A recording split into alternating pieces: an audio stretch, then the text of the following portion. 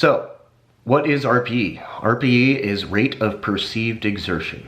Simply put, it is just a system that we use to decide how close or how far from failure you are on a given set. So like let's say you have a set of 4 and I say RPE 8. That simply means that you are 2 reps from failure.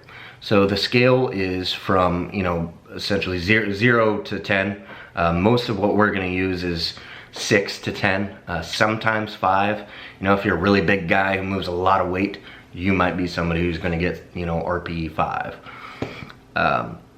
But most often, it's going to be RPE 6 to RPE 10. It's kind of where we're going to be spending a lot of our time.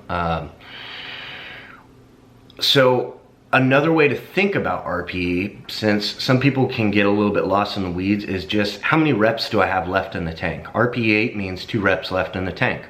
RPE 8.5 means 1.5 reps in the tank. That means you might have been able to get 2, but you weren't completely sure. So you were like, you know what, just to be safe, I'm gonna call that RPE 8.5. I had 1, maybe 2 left.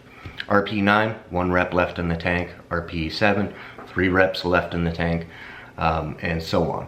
So there is a little calculator that I will give you as well. I'm gonna send it to everybody that signs up with Bulletproof, just so that way you have a tool that you can rate.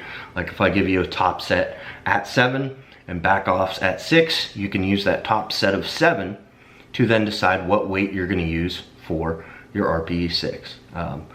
Now, this is just an explanatory thing. If you can't understand what I've been saying from this video, feel free to reach out to me. That's what I'm here for. But hopefully this will help a lot of people figure things out. But don't be afraid to ask questions. I love your guys' questions. I need your guys' questions. It helps me get better. It helps me make sure that you understand what's going on in your training. That's what you pay me for. So feel free to use me as a resource. So another thing that I want to talk about,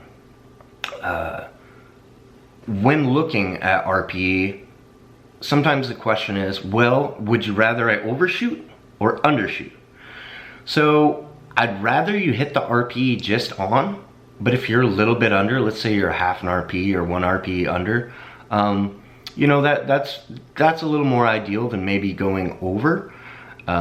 But that being said, let's say you're programmed in RPE 7 and you're like, dude, that was like an RPE 4 or 5. Add some weight, try to hit that RPE. Just understand that, the closer you can get, the better. But it's not like a huge deal. I'd rather you undershoot though, to be honest. So RPE, when I approach it for myself, like let's say I have RPE 7 set coming up, and then my back offs are at RPE 6.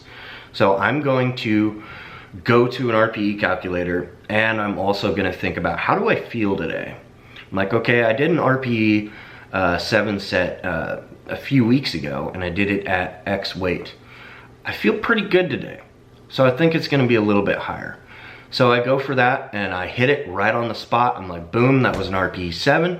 I can go into my RPE calculator. I can type that in, and then on the other side of that RPE calculator, it's gonna spit out what I need for my back off sets. Let's say it's 4 at 7. That gives me my new PR, whatever it is for that day, based on that rep and RPE. Then in the next column, you're just gonna put in how many reps you wanna hit and at what RPE, and it'll spit out the number for you. It makes it super simple to make sure you're hitting your back off sets based on how you were feeling that day.